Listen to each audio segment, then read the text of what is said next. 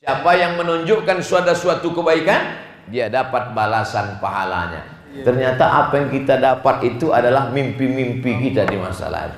Oleh sebab itu anak-anakku mesti bermimpi.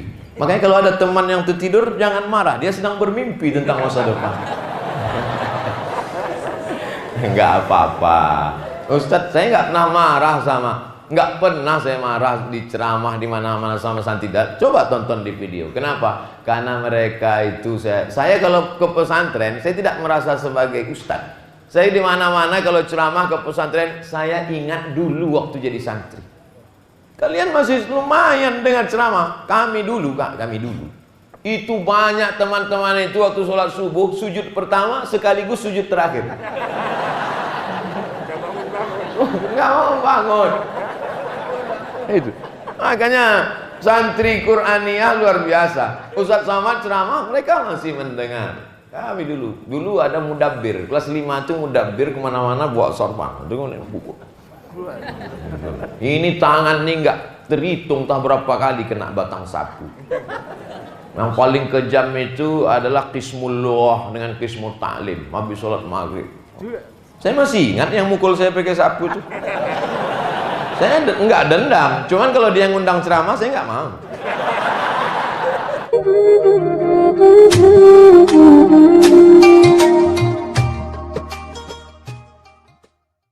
Bicara tentang ghulibatir Rum, bangsa Roma dikalahkan. Di mana bangsa Roma dikalahkan? Fi adnal ardi. Diterjemahkan dalam terjemah Al-Quran, ghulibatir Rum, bangsa Roma dikalahkan oleh Persia fi adnal ardi, di bumi terdekat. Kata ahli tafsir, tempat perang itu adalah di Dead Sea, Dead mati, Sea laut. Bahasa Arabnya Al-Bahrul Mayyit. Bahru laut, mayit mayat, laut mati. Kenapa di situ disebut laut mati? Saking asidnya nggak ada yang hidup. Ikan-ikan pun mati saking asidnya. Dimasukkan ikan laut ke situ langsung jadi ikan asin. Di Yordania. Makanya mahasiswa dulu dari Yordan, teman-teman kami kalau musim haji pergi ke Makkah itu bawa garam dari laut mati, dijual ke jamaah haji Indonesia. Jual garam dari laut mati, dibeli oleh orang Indonesia. Obat apa? Gatal-gatal. Makanya yang kena koreng, kena kurap, kena kudis, mandi di situ meringis kesakitan. Habis itu sehat. Laki-laki yang gatal, matanya jelalatan, mandi di situ sehat juga. Bahrul Mayyit. Disitulah lokasi perang antara Romawi dengan Persia. Ulibatir Rum. Waktu itu Romawi kalah, menang Persia. Fi bid'i sinin. Tapi nanti beberapa tahun ke depan insya Allah Persia akan kalah dan Rum akan menang. Prediksi Al-Quran wahyu dari Allah. Betul, Persia kalah, Romawi menang. Lokasi perangnya di mana? Di Yordania, di Laut Mati. Mengapa dikatakan bumi terdekat? Apa kata ahli tafsir dulu? Dikatakan bumi terdekat karena Yordania dekat dari kota Makkah. Yaman di bawah, Madinah di atas, di atasnya Yordania. Di atas itu negeri Syam, 4 negara. Yordania, Suriah, Lebanon, Palestina. Fi adnal ardi, di bumi terdekat. Ternyata setelah diteliti oleh pakar geologi ilmu bumi sekarang, makna adnal ardi adalah bumi terendah. Karena ternyata permukaan bumi yang paling rendah di atas muka dunia ini adalah laut mati.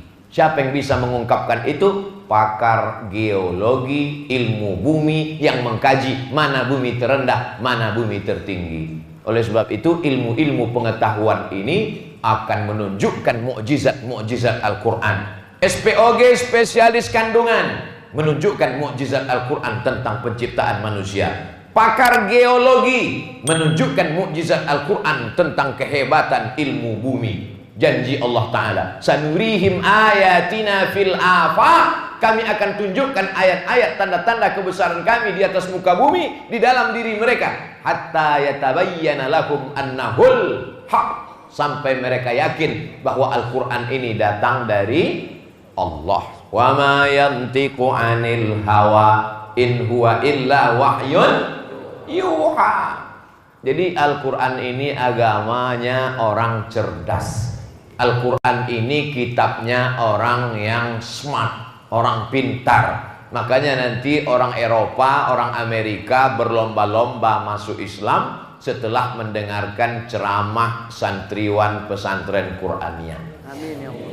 Mendengar ceramah Ustaz Somad, mereka tidak dapat hidayah karena ceramahnya tidak bergizi, tak berkualitas, tak berilmu. Tapi 20 tahun, 30 tahun akan datang, santriwan Qur'aniyah yang hafal Quran itu cerita tentang penciptaan manusia, cerita tentang penciptaan alam semesta, cerita tentang Big Bang. Kana taratqan, langit dan bumi itu dulu menyatu, fafataqnahuma, lalu kami pisahkan, terjadi ledakan yang besar, boom, memisah antara langit dan bumi, planet-planet. Mereka yang akan menjelaskan itu, apa ilmu mereka? Astronomi. Inna fi khalqis samawati wal ardi wa ikhtilafil laili wan nahar la ayat. Inna fi khalqis samawati, dalam penciptaan langit. Berpikir tentang penciptaan langit, muncul astronomi, bukan astrologi. Sekarang yang banyak dibaca oleh orang Islam astrologi. Apa beda astronomi dengan astrologi, Ustaz? Astronomi ilmu tentang planet. Astrologi, kalau lahir bulan April bintangnya Taurus, jangan nikah dengan bintang ikan, karena Taurus sama ikan masuk laut, gembung masuk angin. Astrologi, ilmu nujum, ilmu perbintangan. Kadzdzabal munajjimun walau shadaku. Orang yang suka astrologi itu bohong, kalaupun betul cuman kebetulan, kata Nabi sallallahu alaihi wasallam. Jadi yang didalami itu adalah ilmu astronomi. Inna fi khalqis samawati, astronomi, wal ardi, geologi, wa ikhtilafil laili wan nahar, meteorologi, klimatologi dan geofisika. La ayatin, itu semua ayat-ayat. Ada ayat kursi, ada ayat surat Al-Baqarah, ada ayat Al-Quran. Itu namanya tafsir ayat-ayat yang tersurat. Tapi ada tafsir ayat-ayat kauniyah, ayat alam semesta, lebih besar, lebih banyak. Dan kalau itu dijelaskan, manusia akan dapat hidayah Al-Quran. Allahumma hdina, beri kami hidayah. Wahdi bina, berikan orang lain hidayah. Waj'alna sababan liman ihtada, jadikan sebab hidayah itu karena kami. Jadi orang Eropa, orang Belanda, orang Jepang akan masuk Islam karena ceramah santriwan santriwati Qur'aniyah. Mereka akan bicara dengan bahasa dokter, mereka akan bicara dengan bahasa astronomi, mereka akan bicara dengan bahasa geologi, dijelaskannya dengan bahasa Inggris, bahasa Jepang, bahasa Mandarin. Waktu itu Abdul Somad sudah masuk liang lahat, tapi tetap dapat royaltinya. Itulah makna mandalla ala khairin falahu mithlu ajri fa'ilihi. Siapa yang menunjukkan suatu kebaikan, dia dapat balasan pahalanya. Gimana santriwan santriwati Qur'aniyah? Siap? Insya Allah. Jadi sesuai dengan bakat masing-masing. Kan tidak semua suaranya seperti suara Ustadz Abdullah yang juara internasional. Juara internasional itu artinya juara dunia. Dikumpulkan semua qori di dunia, beliau juara. Andai ada musabaqah dunia akhirat, juara juga beliau. Tapi tidak semua suara kita seperti itu. Karena dengan melantunkan bayati, sobasikan, hawan, jahar, karas, nafas panjang, yang suaranya bagus, tekuni itu. Tapi yang suara kurang bagus, jangan putus asa. Lalu kemudian minum racun tikus. Nauzubillah. Ada bidang yang lain. Bidang apa? Bidang tafsir sains dan teknologi. Jangan masuk surga dari satu pintu saja. Allah ciptakan banyak pintu. Udkhulu min abwabin mutafarriqah. Masuklah kalian ke Mesir dari pintu yang banyak. pesan Nabi Yaqub kepada anak-anaknya. Bisa masuk dari pintu bayati sobasika nahawan jaharka, bisa masuk dari pintu fahmil Quran, bisa. Ada orang yang suaranya nggak bagus, mau fahmil ceramah juga kurang bagus, tapi kaligrafinya bagus luar biasa. Saya lihat kaligrafi ini, Masya Allah Pak Ustadz. Bacaannya apa? Entah. Saking kan luar biasa, bengkok-bengkoknya luar biasa. Saya insya Allah masih bisa baca Inna dina indallahil Islam, innamal mu'minuna. Oh, enggak nampak. Itu Pak Ustadz enggak nampak karena tertutup oleh Qul in kuntum tuhibbunallah fattabi'uni yuhibbukumullah. Oleh sebab itu maka tidak ada berputus asa karena kurang kemampuan di bidang apapun. Ada khatil Quran, ada fahmil Quran, ada lagi cabang namanya menulis makalah Al-Quran. Dulu namanya MMQ, musabaqah makalah menulis makalah ilmiah Al-Quran. Jadi sekarang Al-Quran ini Masya Allah tabarakallah bercabang-cabang. Jadi anak-anakku sekalian, Al-Quran dibaca nafasnya tidak boleh mencuri nafas. Begitu dulu kata juri, tidak boleh mencuri nafas. Yang biasa menjadi pencuri bingung, kok saya nggak pernah nyuri itu ya, mencuri nafas. Maka Al-Quran itu dibaca dari awal sampai akhir. Ada idgham, ada ikhfa, ada qalqalah, ada gunnah, ada bila gunnah. Itu tidak ada dalam bahasa Indonesia. Min qablikum, mana ada itu dalam bahasa kita. Kamu lagi ngapain? Mencuci. Enggak ada itu. Dalam bahasa Inggris pun itu enggak ada. Itu hanya ada dalam bahasa Arab. Dari mulai makharijul hurufnya. Makanya bahasa Arab itu disebut dengan lughatud dhad. Lughatud dhad, bahasa dhad. Karena satu-satunya huruf yang tidak ada dalam bahasa lain, Inggris, Prancis, Jerman, Yunani, Greek, huruf dhad. Sebutkan bahasa Indonesia yang pakai dhad. Ada? Tidak ada pakai dhad.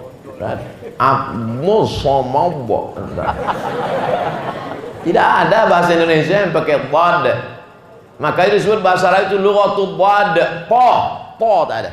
Bahasa Inggris tak ada huruf po. I want to. Tak ada. Oleh sebab itu belajar makharijul huruf. Belajar makharijul huruf itu sumbernya mesti syafawi, dari mulut ke mulut. Nggak bisa belajar beli buku, baca sendiri, pahami sendiri, tekuni sendiri, nyasar sendiri. Kalau kuliner bisa nggak pakai guru. Potong bawangnya, potong. Masukkan ke kuali, masukkan. Masukkan cabai, masukkan. Aduk-aduk. Loh, kok enggak kuning? Kompornya belum hidup. Tapi mengaji Al-Quran ini mesti pakai guru. Rubbatalil Quran wal Quranu yal'anuh. Berapa banyak orang baca Quran dilaknat oleh Quran. Yang panjang dipendekkan, yang pendek dipanjangkan. La in syakartum la azidannakum. Kalau kamu bersyukur maka enggak akan aku tambah. Dari lam taukid menjadi la, pendek. Itu tidak ada dalam bahasa Indonesia. Bahasa Indonesia mau pendek mau panjang sama aja. Kamu mau kemana? Mau pergi. Tidak ada beda. Intonasinya, panjang pendeknya, idgham, ikhfa, qalqalah, gunnah, bila gunnahnya. Belum lagi akar katanya. Datang, makan, memakan, dimakan. Kan cuma itu. Coba bahasa Arab. Akala, akalu, akalat, akalata, akalna, akalta, akaltuma, akaltum, akalti, akaltuma, akaltuna, akaltu, akalna. Banyak sekali. Akar kata bahasa Arab itu satu tapi bisa dirubah menjadi 200, 300, 400. Itu baru fi'il madhinya, belum mudhari'nya. Kalau bahasa Inggris, eat, eating, eaten, eaten. Come, coming, came. Cuman itu aja. Bahasa Arab. Hadara yahduru, huduran, hadirun, mahdurun, mahdarun. Banyak sekali akar katanya. Oleh sebab itu kamus bahasa Indonesia lengkap Purwadarminta sejengkal. Kamus Lisanul Arab Ibnu Manzur semeter. Bahasa apapun di Indonesia ini tidak terlalu banyak perubahan katanya. Uwis mangan, urung mangan, Arab mangan. Tidak berubah. Makan itu nggak berubah. Tinggal tambah sudah makan, akan makan, sedang makan, mau makan. Tapi kalau bahasa Arab tidak begitu. Akala, 3 huruf cuman. Akala. Coba terjemahkan bahasa Indonesia. Dia seorang laki-laki sudah makan. 5 kata. Akala. Yakulu. Dia seorang laki-laki sedang makan. Saya kulu. Dia seorang laki-laki akan makan. Dekat sebentar lagi. Kalau masih lama, saufa yakulu. Jadi makanya buku bahasa Arab yang 100 halaman kalau diterjemahkan ke bahasa Indonesia jadi 200. Kenapa begitu tebal? Karena kita pakai kata terlalu panjang lebar dan orang nggak paham. Selama saya ceramah ini ada yang nggak paham? Ya itulah, kata-katanya panjang dan orang nggak paham. Maka saya berusaha untuk meminimalisir. Di mana-mana saya sampaikan 60 menit. Sesuai dengan yang tertulis di botol 600 ml. Maka nggak dikasih botol supaya lebih dari 60 menit. Ustadz Somad diberikan kiai kursi supaya duduk. Tapi saya biasa kalau ceramah di kursi pakai meja, saya merasa ada jarak dengan jamaah. Saya ingin jangan ada jarak di antara kita. Maka saya menyambung. Kalau saya duduk di kursi, kiai di bawah, saya di atas, saya merasa diri saya seperti sedang jadi Fir'aun. Tapi kalau saya sedang gini, tegak ini pun sebetulnya nggak sopan kepada para ahli-ahli Al-Quran. Tapi kalau saya duduk di bawah, nanti kamera nggak bisa ngelihat. Nanti kalau saya duduk di bawah, di kamera, disangka saya santri kelas 5. Nah, oleh sebab itu mohon maaf. Jadi jangan nanti katakan Ustaz Somad ini nggak beradab. Masa kiai duduk dia berdiri? Ini dalam rangka menyampaikan. Tapi kalau kita duduk bersama, ada yang lebih tinggi dari ilmu anakku. Ada yang lebih tinggi dari akalmu anakku. Apa itu? Al-adab fauqal ilmi. Adab, adab, adab. Kalau cerita ilmu, iblis lebih tinggi ilmunya. Iblis keluar dari sorga itu bukan karena sakau. Pernah nggak baca hadis? Iblis keluar dari sorga karena nyabu. Ada? Iblis keluar dari sorga bukan karena digoda setan. Mana berani setan goda iblis? Set. Yuk kita goda iblis. Jangan, itu bos kita guys. Iblis keluar dari sorga karena tidak beradab, karena nggak patuh sama Allah. Wa idh qulna lil malaikati isjudu li Adam fasajadu, semuanya bersujud illa iblis. Malaka anta takabbara fiha ukhruj innaka minas saghirin. Kau kecil iblis, kau tak ada apa-apanya. Wa idh qulna lil malaikati, kami perintahkan kepada semua malaikat untuk bersujud, semuanya bersujud kecuali iblis. Iblis itu malaikatkah? Tidak. Iblis bukan malaikat. Dalam surat Al-Kahfi dikatakan dia bukan malaikat. Kana minal jinni. Iblis itu jin, bukan malaikat. Yang disuruh sujud malaikat. Kenapa bisa iblis ada di barisan malaikat? Iblis bukan malaikat, tapi dia bisa selevel dengan malaikat karena amalnya yang sangat banyak. Iblis itu awalnya naik beramal 1000 tahun ke langit pertama, beramal 1000 tahun lagi ke langit kedua, beramal 1000 tahun lagi ke langit keempat, beramal 7000 tahun ke langit ketujuh, selevel dengan para malaikat. Jadi kalau ada orang hafalannya banyak, amalnya banyak, sombong, enggak saya yang ngomong. Akhlakmu anakku. Oleh sebab itu jangan karena prestasi yang luar biasa lalu datang ke pesantren petantang petenteng. Saya sampai hari ini tetap datang ke sekolah SD saya, mencium tangan guru saya yang dulu menjedutkan kepala saya ke papan tulis. Gitu. Ustadz marah? Enggak. Ustadz dendam? Enggak. Ustadz sakit hati? Enggak. Cuman ingat aja dikit. Karena kita tidak pernah jadi mantan murid dan dia tidak pernah menjadi mantan guru, sampai hari kiamat dia adalah guru kita. Betul?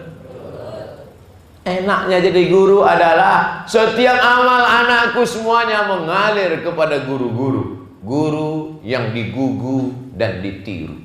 Dari mulai cara pakai sorbannya, dari mulai cara berjalannya, dari mulai cara baca Qur'annya, dari bagaimana cara menarik nafasnya, bagaimana membaca lantunan Al-Qur'annya. Oleh sebab itu guru-guru kita ini Masya Allah tabarakallah, kadang ilmu kita ini biasa saja, tapi yang lebih banyak itu adalah barokahnya. Makanya kalau kita di pondok-pondok pesantren itu kadang ngaji baca kitab, baca kitabnya cuma 3 baris yang paling panjang. Untuk almarhum Kiai Fulan Al-Fatihah, untuk almarhum Kiai Syekh Abdul Qadir Al-Jilani Al-Fatihah, untuk Syekh Bahauddin anak Sabeni. Orang yang nggak ngerti, ini kapan ngajinya Fatihah-Fatihah mulu.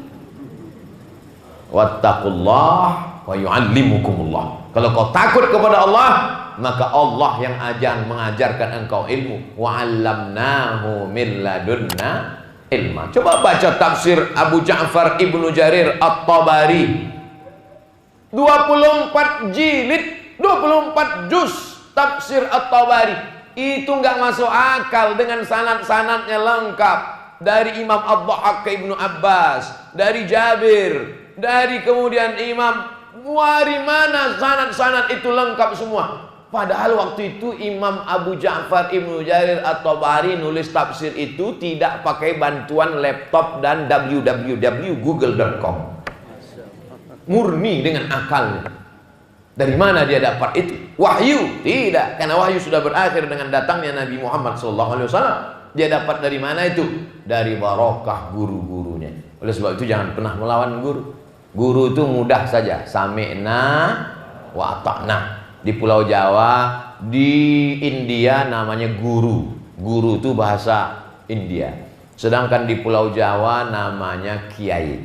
Karena di Jawa dulu suatu yang mulia-mulia, ada gending, ada tombak, ada keris, itu dipanggil kiai. Karena dia makhluk yang dimuliakan di budaya Jawa dulu. Maka ketika datang orang mengajarkan agama, dipanggil kiai. Makanya ada lembu warna putih yang dimuliakan, itu disebut dengan Kiai Slamet. Makanya kalau ada kiai nggak bisa baca kitab, namanya Kiai Slamet. Jadi kiai adalah orang yang dimuliakan. Ada yang lebih tinggi lagi dari kiai, namanya sunan. Sunan artinya orang kalau kita ketemu dengan dia, tangan kita susunan. Maka kalau ketemu susunan. Saya pun tadi masuk ke sini karena nggak boleh salaman, susunan. Ini namanya Sunan PSBB. Sunan PSBB. Anak-anak sekarang tidak belajar lagi. Kami dulu di SD belajar PSBB, pelajaran sejarah perjuangan bangsa, supaya menghormati penguasa, pejuang bangsa zaman dulu, founding father, pendiri bangsa, bil khusus 30 September yang tak lama lagi. Ini banyak orang sekarang ketakutan dengan bangkitnya komunis. Saya tidak takut sedikit pun. Kenapa? Penghafal Quran inilah yang akan melenyapkan komunis dari Indonesia. Amin. Komunis itu kan singkatnya tidak bertuhan. Pemikirannya diambil dari mana? Dari Karl Marx. Karl Marx punya murid namanya Stalin. Mereka mengatakan agama ini hanya opium. Agama ini harus dimusnahkan. Makanya agama harus dihabisi. Oleh sebab itu ujung tombak perjuangan melawan komunis ini adalah pondok pesantren. Kalau sudah pesantren ini tumbang, hancur bangsa, kita akan terjajah. Makanya pesantren Qur'aniyah muncul. Alumni-alumni ini akan pulang dari Sabang sampai Papua, dan akan lahirlah Qur'aniyah 1, Qur'aniyah 2, Qur'aniyah 3, Qur'aniyah 4, Qur'aniyah 5. Abdul Somad nanti akan meresmikan di Sorong Papua Qur'aniyah 1000. Amin. Nggak ada yang mengaminkan. Semua berawal dari mimpi. Orang yang paling pengecut adalah untuk mimpi aja pun dia takut. Dulu saya waktu sekolah, saya tulis di buku saya, Profesor Dr. Abdul Somad. Kata kawan saya yang duduk sebelah sebangku, "Mat, jangan kau tulis, aku takut kau gila." Sejak itu saya takut gila, nggak saya tulis lagi. Sekarang saya baru ingat, oh iya ya, ternyata apa yang kita dapat itu adalah mimpi-mimpi kita di masa lalu. Oleh sebab itu anak-anakku mesti bermimpi. Makanya kalau ada teman yang tertidur, jangan marah, dia sedang bermimpi tentang masa depan. Nggak apa-apa Ustadz, saya nggak pernah marah nggak pernah saya marah di ceramah di mana-mana sama santridat. Coba tonton di video. Kenapa? Karena mereka itu saya kalau ke pesantren, saya tidak merasa sebagai ustadz. Saya di mana-mana kalau ceramah ke pesantren, saya ingat dulu waktu jadi santri.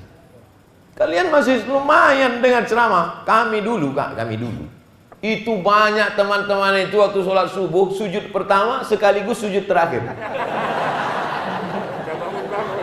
Nggak mau bangun. Itu makanya santri Qur'aniyah luar biasa. Ustadz Somad ceramah, mereka masih mendengar. Kami dulu ada mudabbir kelas 5 itu mudabbir kemana-mana bawa sorban dengan buku. Ini tangan nih nggak terhitung tak berapa kali kena batang sapu. Yang paling kejam itu adalah qismul lughah dengan qismul ta'lim habis sholat maghrib. Saya masih ingat yang mukul saya pakai sapu itu. Saya nggak dendam, cuman kalau dia ngundang ceramah saya nggak mau. Persahabatan dulu tuh luar biasa. Jadi kalian di pesantren ini alhamdulillah nanti baru terasa 20 tahun, 30 tahun akan datang ketemu reunian, lucu-lucuan. Oh, itu luar biasa kenangannya. Yang dikenang yang indah itu adalah sesuatu yang hari ini kita anggap biasa-biasa saja. Oleh sebab itu menulislah anakku. Saya ketika masuk pesantren, saya dikasih buku diari satu, saya tulis. Ada semua catatannya. Hari ini enggak pramuka kena pukul. Ada semua. Hari ini masuk ke lemari enggak ikut senam pagi. Ada. Tapi jangan ikut Ustadz Somad. Ustadz Somad ini termasuk bukan Ustadz yang baik. Termasuk banyak catatan kriminalnya. Oleh sebab itu ikut Ustadz Kiai Sobron yang baik-baik, yang tulus-tulus, yang ikhlas-ikhlas. Ada catatan. Hari Ahad ini orangnya pelit, sombong, lemarinya dibongkar, bumbu pecalnya habis. Saya sebetulnya baik, cuman kawan saya nggak baik. Teman amat sangat besar pengaruhnya terhadap kita. Jadi waktu itu kami dapat tugas, nama istilahnya bulis. Bulis itu dari kata polis. Dapat tugas jaga asrama. Bulis 5 orang boleh nggak sholat ke masjid, jaga asrama. Mana tahu ada maling masuk. Datang kawan, alladzi waswisu fi. Mat, ini lemari si anu yang pelit itu. Oh, nggak boleh kita rusak karena dia jahat, boleh. Habislah rambutannya sama cabai, sama sambal ikan terinya. Tapi udah minta izin, kami udah minta izin. Waktu acara reuni saya minta izin kepada kawanku yang dulu kami ambil sambal pecalnya. Kalian izinkan kah? Izin. Nah, selesai. Daripada kita di akhirat mencari dia untuk membawa sambal pecal. Jangan aniaya orang, jangan zolimi orang. Teman-teman yang kita sepelekan hari ini, dia bukan siapa-siapa, yang dia biasa-biasa saja. Mungkin badannya lemah, lesu, letoy, loyo, lunglai, ingusnya nggak berhenti meleleh. Suatu saat dia adalah kebanggaan kita. Mampirlah saya ke rumah makan mewah, canggih, indah, mantap. Sampai di dalam saya pun makan enak. Tiba-tiba saya ngelihat ada seorang, kita dulu satu sekolah. Iya, ayo makan, silakan makan, nanti saya bayar. Makanlah, selesai makan, pas saya mau bayar, berapa semuanya? Kata kasir, mohon maaf Pak, yang punya itu. Ternyata yang makan sama saya itu yang punya rumah makan. Pegawai-pegawai sudah dibawanya umroh semua. Mobilnya mewah. Saya nanya, ente punya tuyul berapa? Bisa kaya begini. Aku nggak kuliah, Mat, kata dia. Dulu waktu kalian tamat pergi kuliah, aku nggak bisa karena aku anak yatim. Tapi aku mulai bisnis ini perlahan. Dia menjadi orang hebat. Jangan sepelekan, teman. Karena kita tak tahu nasib kita bagaimana ke depan. Tu'izzu man tasha' wa tudhillu man tasha' biadikal khair. Oleh sebab itu, menjadi anak orang kaya jangan bangga, menjadi anak yatim jangan putus asa, karena ada Allah yang maha kuasa mengangkat dan menaikkan darajat. Baik-baik dengan teman, jangan sombong, jangan angkuh. Laisal fata may yaqulu kana abi. Itu bapak saya punya mobil, itu bapak saya punya rumah. Itu bapakmu kalau mati dia. Tapi itu tidak ada di pesantren Qur'aniyah. Dari tatapan matanya semuanya baik-baik semua, insyaallah. Amin ya rabbal alamin. Jangan lupa subscribe, like and share.